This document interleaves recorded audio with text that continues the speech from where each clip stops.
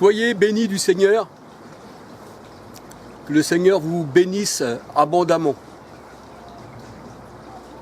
Aujourd'hui, j'aurais voulu vous parler de l'homme de Gadara. L'homme de Gadara faisait partie des 10 villes. Les 10 villes qu'on appelait la Décapole, eh bien, c'était le territoire aussi des païens.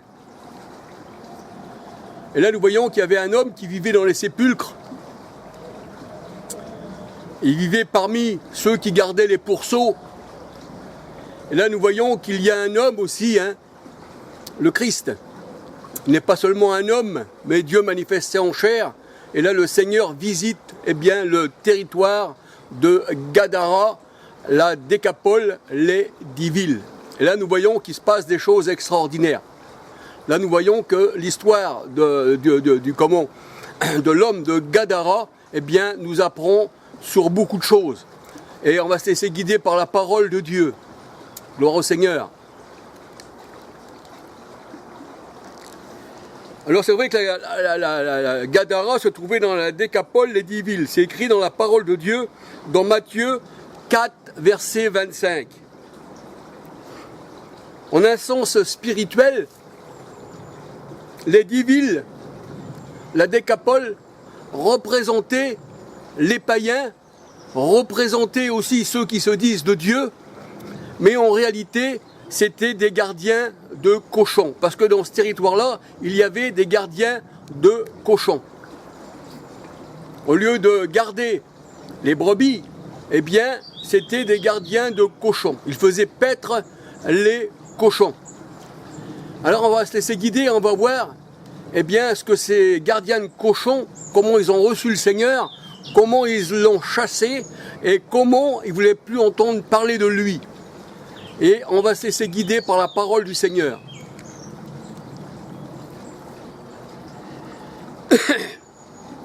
Alors comme je vous ai dit, la Décapole représente les religions païennes, les faux pasteurs, les gardiens de cochons. Marc 5, versets 11 à 14. Et la parole de Dieu nous dit que l'homme de Gadara vivait dans les sépulcres. C'est-à-dire il vivait dans la mort. C'est-à-dire il n'avait pas la vie. Il vivait dans ce territoire parmi tous ces gens-là, tous ces gardiens de cochons, tous ces fausses religions. Et lui, bien sûr, il était aussi dans les sépulcres. Il était parmi eux. Il vivait dans les sépulcres. Et les sépulcres, représentent le territoire de la mort. Donc il vivait parmi les sépulcres, parmi ces gardiens de cochons. Marc 5, verset 3-5. Marc 5, verset 3-5. Et ces hommes-là, ces gardiens de cochons, ils étaient incapables de chasser ce qui était en lui. Voyez-vous, il l'avait lié avec des chaînes, au lieu d'enlever ce qu'il avait en lui, cette malédiction qui était en lui, que son esprit était impur, au lieu d'enlever ça, au lieu de lui faire prendre un bon sens, malheureusement, au lieu de ça, il l'avait enchaîné de plus belle. Il l'avait enchaîné de plus belle.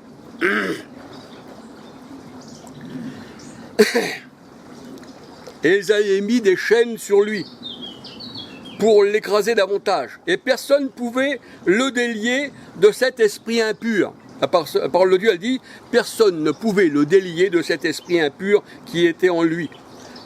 Marc 5, verset 4. Au contraire, comme je vous ai dit, il y avait mis plutôt des chaînes en supplément.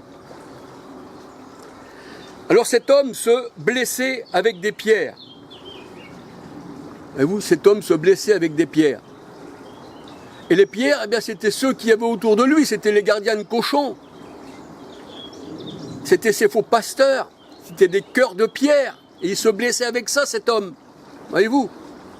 Et au contraire, il l'oppressait davantage. Il se blessait avec des pierres. Et les pierres, il se blessait avec des pierres. Marc 5, verset 1. Et les pierres, nous savons que ce sont les cœurs de pierre, ceux qui n'appartiennent pas au Seigneur. Ézéchiel 36, verset 26. Les cœurs de pierre, c'est ceux qui sont aussi eux-mêmes dans les chaînes. C'est pour ça qu'un aveugle ne peut pas en guider un autre, mais ils tomberont tous les deux dans une seule fosse. Et les chaînes représentent les actions des hommes. Les actions des hommes qui gardent les troupeaux de cochons font que, eh bien, au lieu de les libérer, eh bien, ils les mettent dans les chaînes.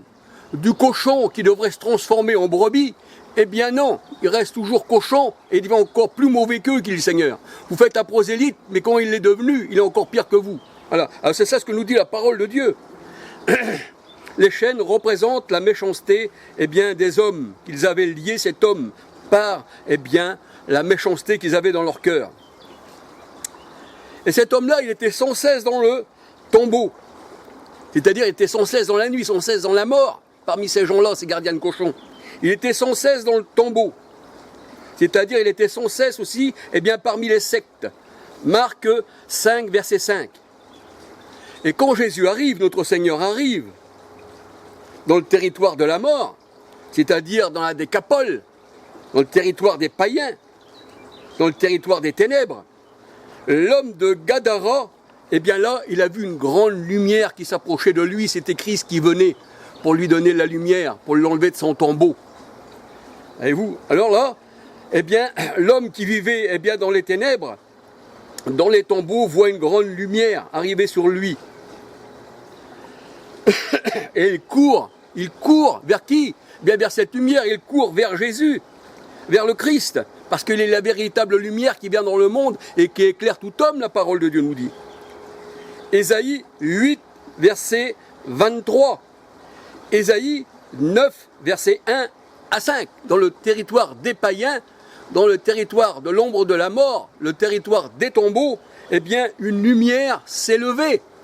Et là, cet homme vivait dans les tombeaux, et quand Christ est venu vers lui, il a couru vers lui.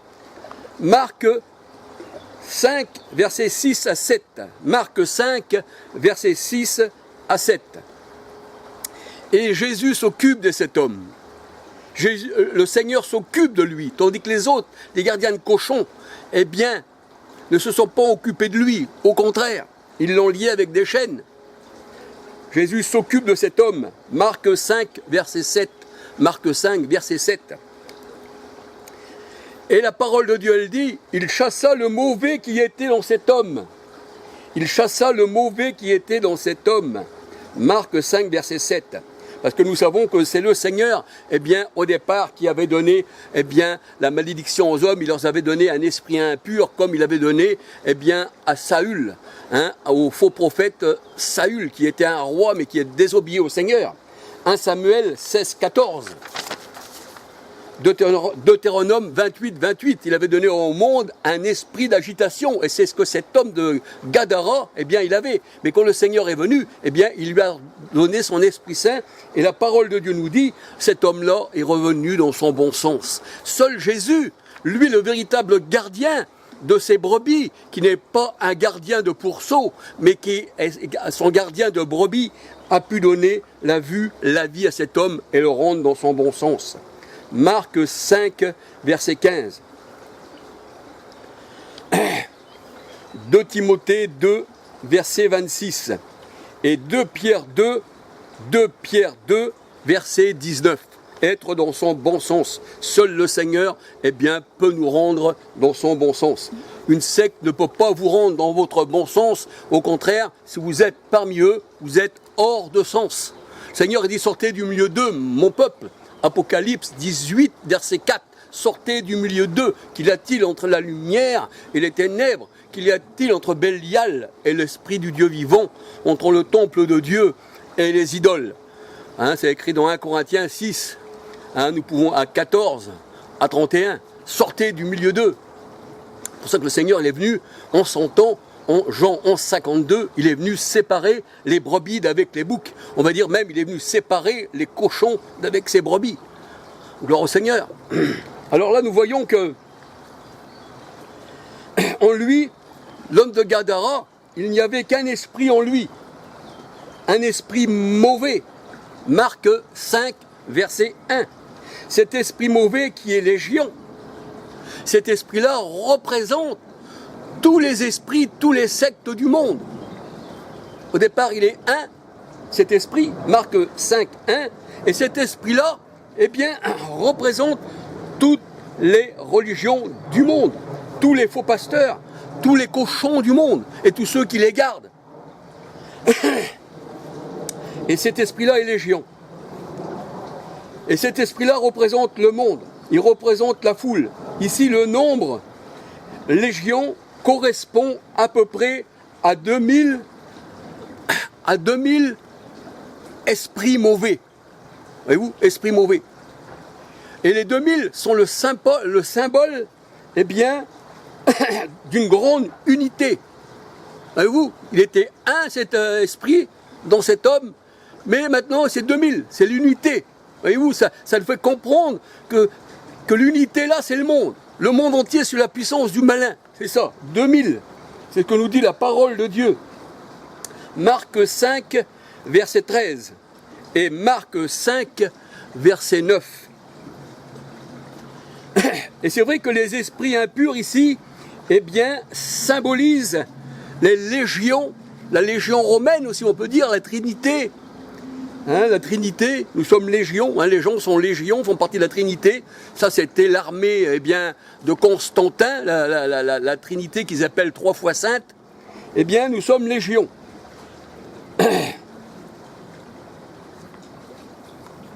Et ici, cette légion-là, eh bien, qui était dans cet homme, qui représente aussi les pourceaux, les esprits impurs, eh bien, ne voulait pas sortir de cet homme sans pouvoir rentrer eh bien, dans des cochons. Voyez-vous, ils ne quittent pas les cochons. Ils veulent rentrer dans les cochons, ces esprits impurs. Ils ne veulent pas rentrer dans la sainteté. Ils ne veulent pas rentrer dans l'agneau. Ils ne veulent pas rentrer dans la brebis du Seigneur. Mais ils veulent rentrer eh bien, dans les cochons.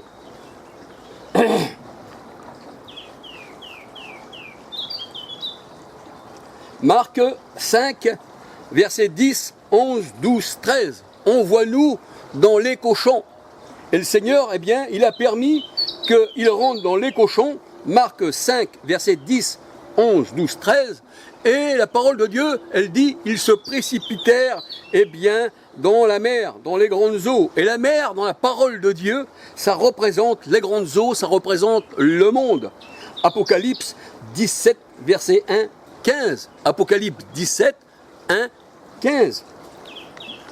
Et c'est pour ça que le Seigneur il dit, j'étends ma main d'en haut et je vous retire de grandes eaux. Ça veut dire, il nous renlève du monde. Et quand il disait de ses disciples, je vous ferai pécheurs d'hommes, ça veut dire qu'ils ont péché dans le monde.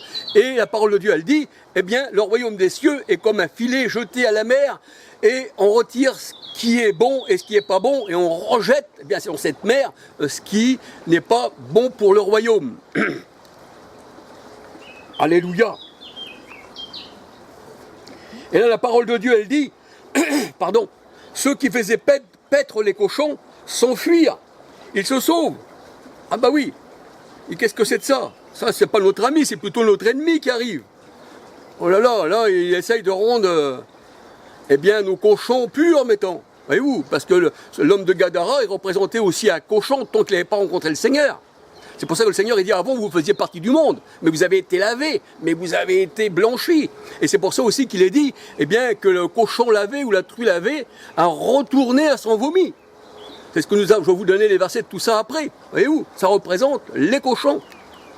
Tant qu'on n'est pas lavé par le Seigneur, on est cochon et on est gardé par des gens, des faux pasteurs qui gardent les cochons qui sont aussi des cochons eux-mêmes.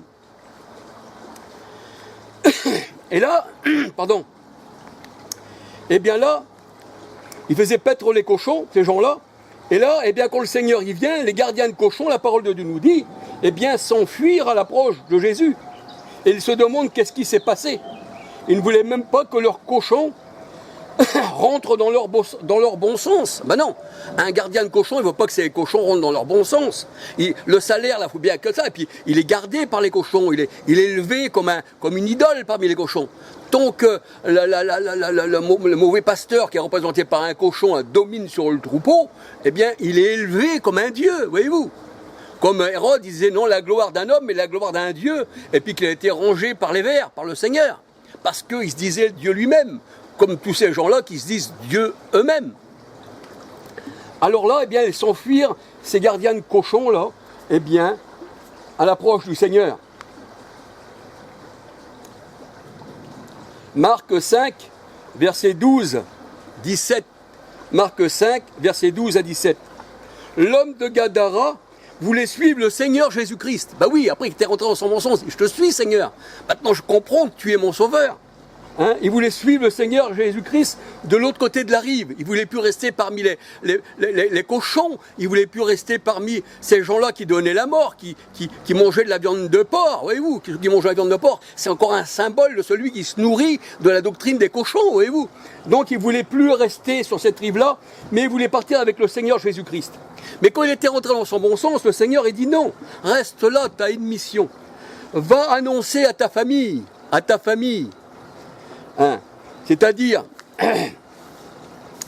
à ceux qui m'appartiennent, qui sont élus avant la fondation du monde, mais qui n'ont pas encore écouté ma parole, comme Paul disait, tant que je n'étais pas au Seigneur, eh bien je persécutais l'Église du Christ, mais quand celui m'a mis à part avant la fondation du monde, eh bien maintenant je regarde tout cela comme de la boue, et je marche de l'avant pour gagner Christ, et je ne regarde pas de l'arrière, comme la femme de Lot à Sodome et Gomorrhe. Alors là le Seigneur il dit, vas-y, fonce en avant, va annoncer ma parole. Voyez-vous, Marc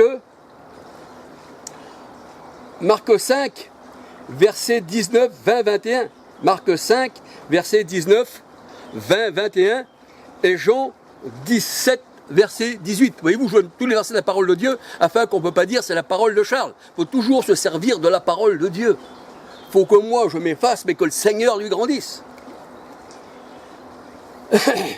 Alors c'est vrai que quand le Seigneur Jésus a passé la rive, c'est-à-dire, cela nous veut dire, hein, cela nous fait comprendre que quand Jésus passe, une fois avoir été à Gadara, il passe sur l'autre bord, eh bien la parole de Dieu nous dit, et il passa sur l'autre rive. Ça veut dire que Jésus, son royaume, ne fait pas partie du royaume des morts, du royaume de ceux qui gardent les cochons, les gardiens de cochons, les faux pasteurs, mais il ne fait pas partie du monde, il ne fait pas partie de cela. Jean 17, verset 14. Et la parole de Dieu nous dit, comme je vous ai dit tout à l'heure, la truie ou le cochon lavé, c'est pour ça que le Seigneur il dit, mais vous avez été lavé, mais vous avez été blanchi. Et où? Alors, la truie et le cochon, a beau être lavé, s'il n'est pas élu pour être une brebis, il peut retourner à son vomi. C'est ce que la parole de Dieu nous dit. Voyez-vous, ces cochons-là peuvent retourner à leur vomi. Proverbe 26, verset 11. Et 2 Pierre 2, 22. 2 Pierre 2, 22. Voyez-vous, on peut annoncer la parole de Dieu à quelqu'un, mais s'il n'est pas destiné à la vie éternelle, la parole de Dieu, elle dit, il croit pour un temps, mais vu qu'il n'était pas destiné, eh bien, il retourne à ce qu'il a vomi, il est retourné dans le monde. Mais le Seigneur a dit à nous, nul ne vous ravira de ma main. Et gloire au Seigneur. Gloire au Seigneur. Et le Seigneur, il nous dit dans sa parole, voyez-vous, pour ces gardiens de cochons, hein, parce que si on va leur expliquer la parole de Dieu et qu'on leur dit qu'ils sont dans une fausse doctrine, et puis qu'on veut leur annoncer la parole, mais le Seigneur il a encore une parole pour eux. Il dit, il n'est pas bon de jeter vos perles aux cochons. Il n'est pas bon de jeter vos perles aux cochons. C'est-à-dire de leur dire la vérité et leur annoncer la parole du Seigneur. Parce que quand la parole de Dieu est venue, la parole de Dieu nous dit, eh bien que les gardiens de cochons à Gadara se sont enfuis. Et ils ont dit, on ne veut plus de toi sur notre territoire. On ne veut plus de toi sur notre territoire. Ben non, ils n'en veulent pas. Ils veulent annoncer la parole, mais sans la pierre angulaire. C'est pour ça que le Seigneur a dit, eh bien, l'édifice ne peut pas tenir. Vous n'êtes pas fondé sur le fondement des apôtres. Vous êtes fondé sur votre propre parole, sur Constantin, sur les jésuites et sur comment on va dire, la franc-maçonnerie. Donc ça ne peut pas tenir cela, voyez-vous. Ça ne peut pas tenir du tout. Vous avez bâti, on va dire, sur le sable. Vous n'avez pas bâti sur le rocher qui est Christ. La tempête est venue et la maison s'est écroulée. Toute plante que mon père n'a pas plantée, le Seigneur dit sera déracinée. Alors là, le Seigneur il dit n'est pas bon de jeter nos perles aux cochons, c'est-à-dire de leur dire la vérité, leur annoncer la vraie parole. Le Seigneur dit, ils vous piétineront, ces cochons-là. Ah oui, ils vous piétineront. Et ça, on le voit, ils nous piétinent. Ils ont piétiné le Seigneur, ils l'ont même mis en croix. Et les disciples, ils leur ont coupé la tête. Voyez-vous, ils vous piétineront et se retourneront contre vous. Ah, ça c'est un faux prophète, il ne faut pas l'écouter. Ah là là. Et ils enlèveront même la parole qui a été semée dans le cœur de ceux qui l'entendent. Le Seigneur dit, le diable vient et enlève la bonne semence. Et vous, ça c'est l'homme qui enlève ça. Alors ça, le Seigneur il dit, ils se retourneront contre vous et ils vous piétineront et ils vont vous lacérer. Matthieu 7, verset 6. Matthieu 7, verset 6. Déjà dans le Lévitique 11, verset 7, 8, déjà le porc, il était défendu de le consommer. C'était pas une nourriture qui était bonne, elle était impure cette viande. Et ça, le Lévitique, c'est un symboliste qui nous donne les choses réelles, eh bien, qui se réalisent. Hein, le Lévitique, c'était l'ombre des biens à venir, tandis que la réalité, c'est en Christ. C'est ça, les faux pasteurs, ce sont les cochons qui n'ont jamais connu le Seigneur. Un cochon ne l'a jamais connu puisqu'il est impur de nature. Lévitique 11, verset 7-8. Il était défendu de le consommer, ce porc, ce cochon, cette truie, qui sont aussi les chiens, qui dit le Seigneur. Hein, parce que le chien aussi retournait à son vomi. Ésaïe 65, versets 3, 4, 5, 6. Ésaïe 65, versets 3, 4, 5, 6. Et la nourriture des porcs, la parole de Dieu nous dit, et pour ceux qui habitent les tombeaux, l'ombre de la mort. Ésaïe 66, verset 17.